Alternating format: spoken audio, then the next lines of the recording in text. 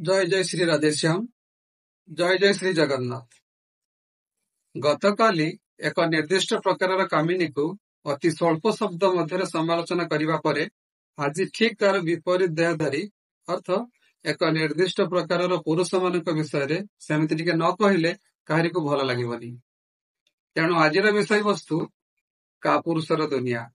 यही धरापृष्ठ उभय नारी और पुरुष ईश्वर अति मनोरम सृष्टि। स्थान काल पात्र विशेष उभय हो जाती परस्पर परिपूरक। उभय नारी और पुरुष बिना सृष्टिर नूतनता असंभव। अतीत अधिकांश क्षेत्र में नारी थिला पुरुषर आश्रिता। पुरुष तार स्नेह श्रद्धा सम्मान तथा सुरक्षा बलय नारी को मोहनीय कर रखिथिला। धर्म अर्थ काम मोक्ष प्राप्ति पुरुष नारी को निजर सहधर्मिणी एवं केतेबेले सहकर्मिणी करी रखिथिला। आज समाज बदली। नारी माने आज आश्रिता नुहंती। बहु क्षेत्र में नारी पुरुषठू बहु आगरे। पुरुषों सफल कराइबारे नारी सदा तत्पर।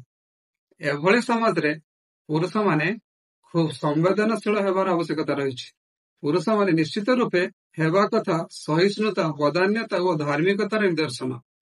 किंतु वर्तमान पुरुषर मतिगति देखिले ताको पुरुष कम का पुरुष बेसी कह।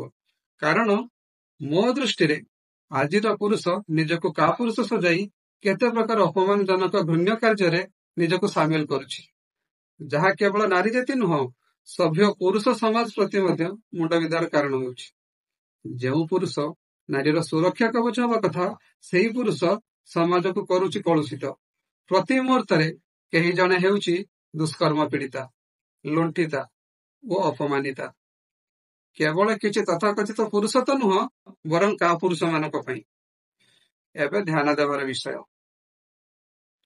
पुरुष मध्य आत्मसम्मान सहनशीलता धैर्य कष्ट सहिष्णुता सहित आत्मसंयमतार बलिष्ठ प्रमाण देवार आवश्यकता रही।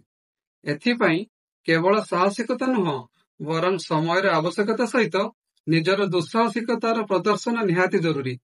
यह हवा दरकार नारी को सुरक्षित सम्मानिता और स्वावलंबी कराई बंचिबार अधिकार देवा पई, जहा एक सुस्थ समाज गठन पई निहाती आवश्यक। किंतु आजिर पुरुष समाज को देखिले यह ही परिलक्षित हुए। किछि निर्दिष्ट पुरुष समाज रे निजको निजर कर्तव्य कर्मरु और दायित्व वंचित करी निजको सजाई चली का पुरुष वो दुनिया रे समाज को करी चली पथभ्रष्ट धर्मभ्रष्ट दिशाहीन तथा अशांत। आउ तांकरी पई अनेक क्षेत्र रे अनेक पुरुष बलि पड़ी जाउछंती। यह हेबा केबे भी कौनसी व्यक्ति परिवार समाज देश अथवा विश्व पई आदौ शुभंकर संकेत नुह। तेणु आमे समस्ते जाति धर्म वर्ण स्थान निर्विशेष यही विषय वस्तु को गुरुतर सहित ग्रहण करी आम वचन और कर्म रे उपयुक्त परिवर्तन आनिबार समय आसी जाइछि। धन्यवाद। जय जय श्री जगन्नाथ।